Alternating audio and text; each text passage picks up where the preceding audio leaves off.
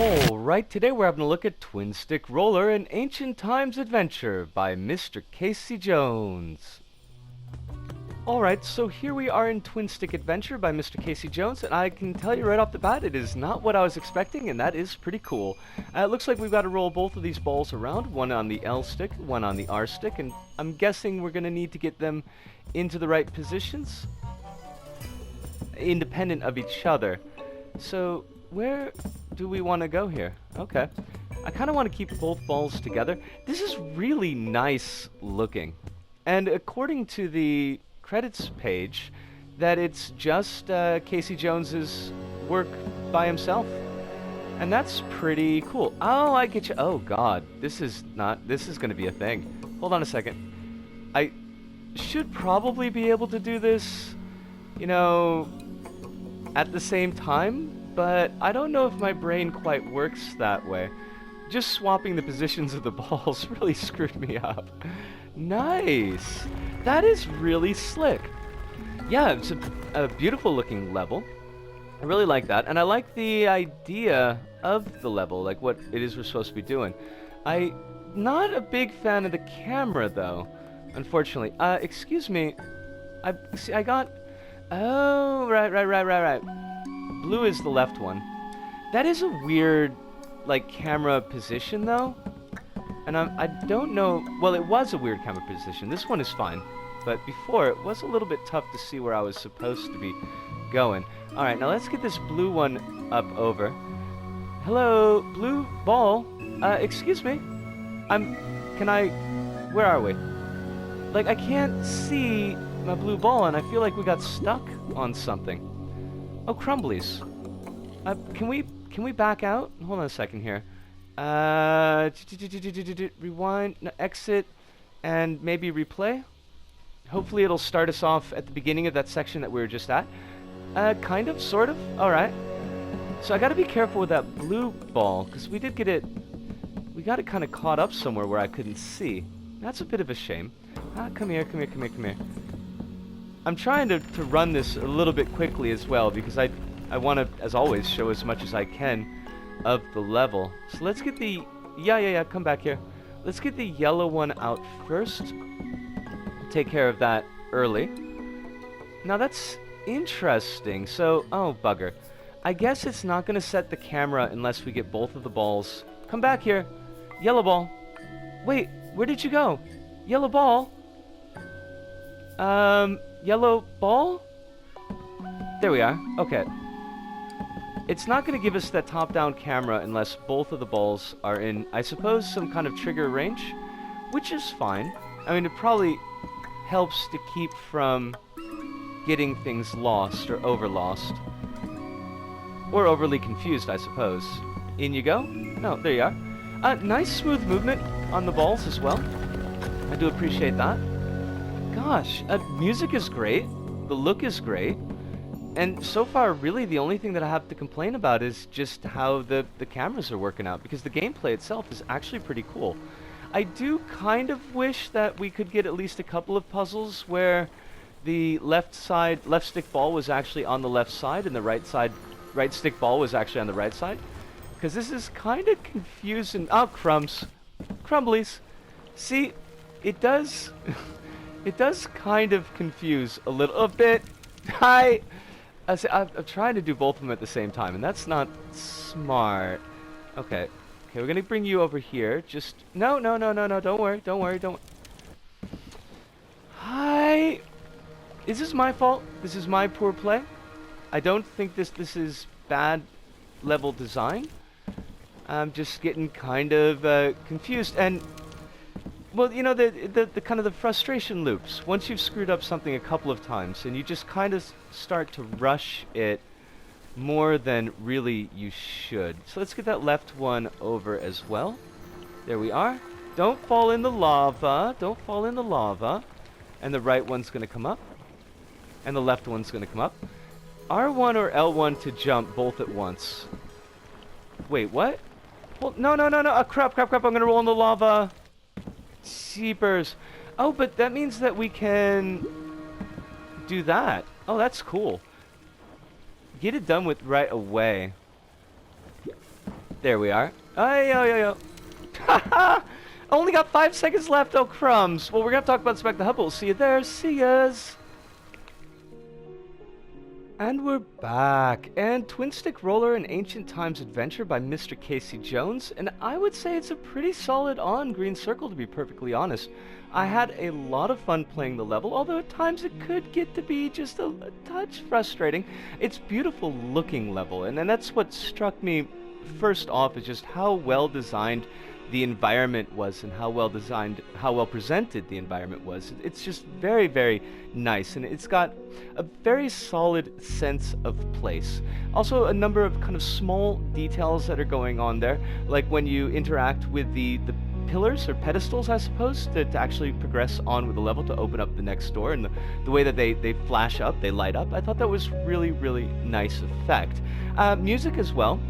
Music is very solid. It doesn't get boring. It's actually a fairly long track, or it felt like a fairly long track, and there were a number of pieces that were non-repetitive pieces, and I thought that was actually pretty cool, because at least the first time through playing the level, I did spend a pretty long amount of time getting through and actually completing the levels. So, you know, not hearing the same verses or the same chords over and over again was something that I did appreciate really well. The actual movement of the two marbles that you're working with, it was smooth.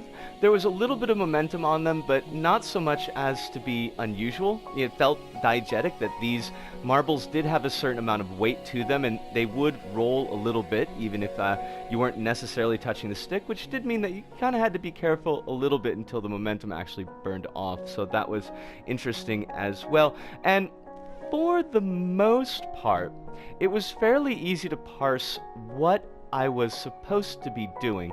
I did feel that the swapped, not really swapped controls, but when you had the left stick marble was on the right side and the right stick marble was on the left side, I was a little bit overused, just a little bit, but that's maybe just because of how my brain was parsing that, and I did find it kind of difficult to move both of those marbles at the same time when, you know, my sticks are basically reversed for that. But I don't think that's a point against the level. That is just something that I had a little bit of trouble dealing with. One point that I did feel was against the level was the way that the cameras worked. Sometimes it could be easy to get your marble lost and hung up someplace and not really know what the issue was, because the marble wasn't getting destroyed. It was just stuck somewhere. I found that most prominently in the final section. You're trying to get these marbles, and this is really cool actually, you're trying to get these marbles into this dinosaur skull. And when you get the marbles into the eye sockets and then they light up, the skull opens up and says thank you for playing. It's really, really neat. I like that an awful lot. But the right-hand marble, a couple of times I was getting it kind of stuck way back in the right, and I couldn't find a way to get it back around again, because the camera is a fixed camera and you can't really see exactly where you are and what the problem is. The camera is another issue with the cameras, although I don't think this is a bad issue, and as we mentioned, the level is probably the best way to handle this, but the camera movement won't actually trigger until you've got both marbles in that range, both marbles in that area. So you can sometimes accidentally leave a marble behind, which is a little bit of an issue. Not a huge one, but it can be. So the progress of the level, we've got kind of that outside temple section that we saw. You've got the entranceway, where it's the first time that you've got your controls are kind of swapped. Then we move on to a lava path where you get the ability to jump, and I thought this was kind of cool actually, that the jump ability is locked off until you actually get to that path. So you can't use it to cheese an earlier section. You can't use it to cheese out that entranceway section. You actually have to go on the ramps. You have to go up the stairs and then over the...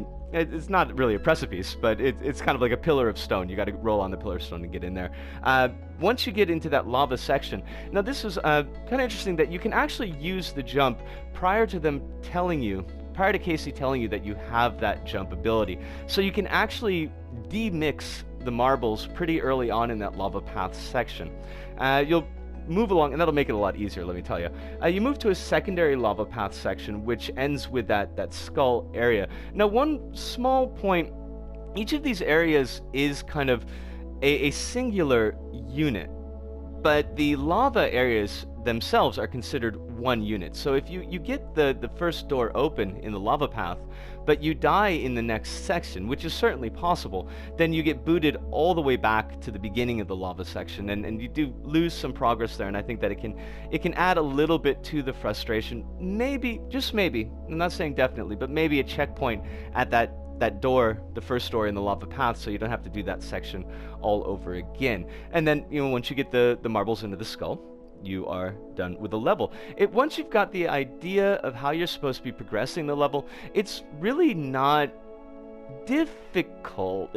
It's kind of easy to get where you're supposed to be going, but you do have to take some care, particularly on the more narrow pathways, and to make sure that your marbles don't get hung up someplace where they're not supposed to be hung up. But I really, really like this level overall and all around. I think Mr. Casey Jones, excuse me.